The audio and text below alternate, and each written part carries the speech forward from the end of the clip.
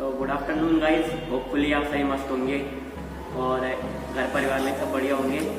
तो आज हमारे स्कूल में लग रखा है मतदान का केंद्र, मतलब वोटिंग सेंटर लग रखा है आज हमारे यहाँ। तो आज हम देखेंगे कि हमारे जो विद्या मंदिर है उनमें कौन कौन आएगा। अभी तो हमारे यहाँ से पहले नेगी जी जा रखी है, तो अभी नीचे की तरफ सुनने में आ रहा है कि रितु खंडूड़ी जी आ रखी है, जो यहाँ की अभी प्रत्याशी बन रखी है कोटद्वार नगर की। तो अभी उनसे हम पूछते हैं कि अगर वो इस नगर की विधायक बनी तो क्या क्या वो अच्छे कार्य करेंगी और किन किन चीज़ों को सुधारेंगी। तो आओ चलो चलते हैं रितु खंडूड़ी जी के पास और अभी उनके सामने जाके हम उनसे इंटरव्यू लेंगे। तो मिलते हैं थोड़ी देर के लिए बाद, और जब इंटरव्यू देंगी तो हम इंटरव्यू की वीडियो दिखाएंगे कि क्या क्या उन्होंने बोला और हमने क्या क्या उनसे क्वेश्चन पूछे। तो मिलते हैं उनके सामने जब। A few moments later. मैं आपसे पूछना चाहता हूँ कि बीजेपी जीत रही है तो आपको कैसा लग रहा है? हमें पता है, हमें पूरा विश्वास है कि बीजेपी जीतेगी, तो आपकी फीलिंग कैसी है? तो पहले सबसे ज़्यादा मैं बधाई देना चाहती हूँ कोटद्वार की जनता को कि इस लोकतंत्र के पर्व में बड़े उत्साह के साथ सब भाग ले रहे हैं। और जैसे आप लोग कह रहे हैं, बिल्कुल निश्चित तौर पर कमल खिल रहा है और बहुत खुशी की अनुभूति हम सबको हो रही है कि कमल खिलने जा रहा है। मैम, आप जैसे यहाँ से हमारा जो क्षेत्र है, अगर आप इसे जीतते हैं तो आपकी जो आगे की कार्य योजना होगी किस प्रकार से होगी? देखो, ऐसा है, मैंने जो भी बोला है, इलेक्शन में जो मेरा प्लैंक रहा है वो विकास का रहा है। तो चौमुखी विकास कोटद्वार का होना चाहिए, चाहे वो इंफ्रास्ट्रक्चर की बात हो, चाहे वो हायर एजुकेशन की बात हो, चाहे वो कूड़ा निस्तारण की बात हो, चाहे वो हमारे गौवंश की बात हो, CNG पेट्रोल पंप लाने की बात हो, अच्छी लाइब्रेरी बनाने की बात हो। तो ऐसे बहुत सी चीज़ें हैं जिनको मैं कोटद्वार में लाना चाहूँगी और मुझे पूरा विश्वास है जनता के साथ मिलकर, नौजवान, महिलाएं, बुजुर्ग सबके साथ मिलकर एक अच्छा सा ब्लूप्रिंट कोटद्वार का बनेगा और हम कुछ बढ़िया विकास कोटद्वार में करेंगे। मैम, मेरा एक आखिरी सवाल कि हम स्टूडेंट तो अपने बारे में ही पूछते हैं कि आप जब यहाँ से जीतोगे तो आप सबसे पहले स्टूडेंट्स के लिए क्या करना चाहते हो?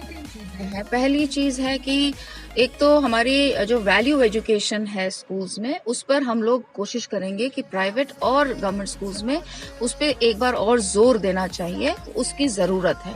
उसके बाद यहाँ पर नशा बहुत है, उस पर भी काम करना चाहेंगे। साथ ही साथ काउंसलिंग की भी बात मैंने की है, जहां हम बच्चों को चाहेंगे 12वीं के बाद कुछ हम डायरेक्शन दे पाएं कि वो कहाँ जाना चाहते हैं, क्या करना चाहते हैं, और अगर आर्मी में भर्ती होना चाहते हैं तो किस तरह की पढ़ाई करनी चाहिए, किस तरह से उन्हें मेडिकल अपनी देखना चाहिए। तो ऐसे बहुत से काम हैं कि हम बच्चों के लिए, यूथ के लिए करना चाहेंगे।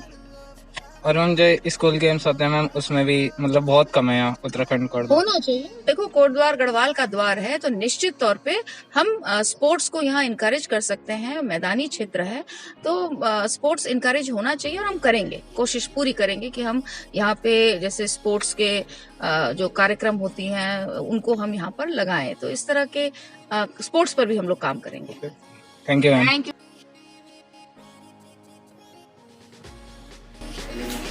तो अभी हमने रितु खंडूड़ी जी से पूछ लिया है कि वो अगर हमारे कोटद्वार नगर की बनी कुछ तो वो क्या क्या करेंगे। मतलब हमने सबसे पहले उनसे पूछा कि जो अगर वो जीतेंगी तो क्या क्या हमारे कोटद्वार नगर के लिए अच्छे अच्छे कार्य करेंगी। तो अभी हमारे वंश भैया ने पता नहीं कौन कौन से सवाल पूछे थे, तो उनमें से मुझे एक सवाल बहुत अच्छा लगा कि जो हमारी अभी छोटी जनरेशन है उनमें जो बच्चे नशे करने वाले हो गए, मतलब जो सिगरेट हो गई और जो गुटखा उटखा हो गया, ये जो करने वाले हैं इनको वो कैसे रोक सकते हैं, इनके बारे में बहुत अच्छी बातें बोली उन्होंने। और जो हमारे स्कूल में गेम्स होते हैं, मतलब जो हॉकी हो गया, क्रिकेट हो गया और जो कबड्डी, खो खो, इन सब के बारे में भी अच्छी बातें कही हैं। तो उनके विचारों से मैं भी सहमत हूँ कि वो अच्छे कार्य करेंगे हमारे कोटद्वार के लिए। तो अभी हम थोड़ी देर के लिए देखते हैं कि और कौन कौन आएगा। अभी हमें लगता है कि धीरेन्द्र चौहान भी आने वाले हैं, जिनका साइन है सिलेंडर। तो अभी देखते हैं वो भी आएंगे या नहीं आएंगे। तो पीछे ही देखते हैं अभी नीचे की तरफ जाके कि वो आएंगे या नहीं आएंगे। तो ऐसे मिलते हैं 1 hour later. तो अभी हमारे सामने नीचे की तरफ आ चुके हैं धीरेन्द्र चौहान, जिन्होंने हमारे कोटद्वार नगर में सिलेंडर का चिन्ह लिया है। तो अभी हम उनके पास जाते हैं और हम उनसे पूछते हैं कि वो क्या क्या, मतलब अगर कोटद्वार से कुछ बने तो क्या क्या हमारे कोटद्वार नगर के लिए क्या क्या अच्छी चीज़ें करेंगे। और आज मौसम भी एकदम खुला हो रखा है और अभी नीचे जाते हैं जल्दी से और उनसे पूछते हैं कि क्या क्या करेंगे। तो हम सोच रहे हैं जैसे पिछले उनमें हमने रितु खंडूड़ी जी से प्रिंस और वंश पूछ रहे थे ना उनसे क्वेश्चन, वैसे इस बार भी हम ये सोच रहे हैं कि प्रिंस और वंश ही पूछे क्वेश्चन। तो अभी हम जल्दी जाते हैं रितु खंडूड़ी जी के पास, जब तक के लिए बाय। Much later. सर हम इसी विद्या मंदिर से हैं, रितेश शर्मा सरस्वती विद्या मंदिर, और जैसा अभी वो चल रहा है तो आपकी वो क्या है कि कौन जीत रहा है इस बार? जो 2022 का कोटद्वार का चुनाव है, ये बहुत ऐतिहासिक होने वाला है। कोटद्वार की जनता इस बार इतिहास रचने वाली है, क्योंकि ये जो कोटद्वार का चुनाव है ये राजनीतिक बनाम कोटद्वार की जनता का चुनाव है। और कोटद्वार की जनता ने मन बनाया है कि ये जो राजनीतिक पार्टियों की तानाशाही है, ये जो थोपा थोपी है, जो जनता की भावनाओं की आदर नहीं करती है, इस बार वो उनको सबक सिखाने वाली है। तो सर जैसे कि हम सब जानते हैं कि आप जो कोटद्वार हमारा क्षेत्र है उससे प्रत्याशी हैं, तो सर अगर आप यहाँ से जीतते हैं तो आपकी जो आगे की कार्य योजना रहेगी वो किस प्रकार से होगी? आज जो युवा या जो छात्र हैं उनको किस प्रकार से आप लाभ दे सकते हैं? देखिए, आप लोग युवा हैं, बच्चे हैं, और आप कल भारत का भविष्य आपके कंधों पे आने वाला है। तो आपको प्रजातंत्र को समझना होगा।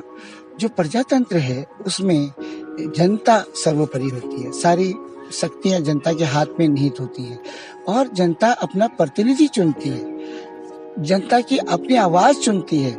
इसलिए जो प्रतिनिधि है वो जनता का सेवक है, मालिक नहीं है। मालिक प्लान करता है। जैसे आपने मेरे से प्रश्न किया कि आप क्या करेंगे, जो सेवक है वो क्या करेगा? जो जनता कहेगी, जनता मालिक है, तो जो मालिक कहेगा वो सेवक करेगा। इसलिए सेवक के कोई प्लान नहीं होने चाहिए। सेवक को जनता का आदर करना होगा, और जनता को जो समस्याएं हैं वो जनता से ज्यादा कौन जानता है, और जनता उन समस्याओं का समाधान जिस प्रकार से अपने प्रतिनिधि को करने के लिए कहेगी, उसको प्रतिनिधि को उसको करना चाहिए। 5 minutes later. तो अभी उन्होंने बता चुका है हमें कि अगर वो हमारे शहर के लिए कुछ बनेंगे तो वो क्या क्या हमारे लिए अच्छे कार्य करेंगे। तो उन्होंने हम सबसे पहले हमें समझा रखा है कि लोकतंत्र क्या होता है। उन्होंने लोकतंत्र के बारे में बोला है, और उन्होंने ये बोला कि सबसे पहले जो हमारे छोटे बच्चे हैं उन्हें पहले ये समझना होगा कि लोकतंत्र होता क्या है। तो अब देखेंगे कि जो 10 मार्च है उसमें हमारे क्या रिज़ल्ट परिणाम निकलेंगे, या तो रितु खंडूड़ी जी, या नेगी जी, या फिर धीरेन्द्र चौहान जी। तो होपफुली आप सभी को आज का हमारा इंटरव्यू जो होता है वो अच्छा लगा, या मीन्स अगर आपको हमारा व्लॉग अच्छा लगा तो लाइक कमेंट शेयर ज़रूर करना। तो मिलते हैं ऐसी एक वीडियो के बाद, जब तक के लिए बाय।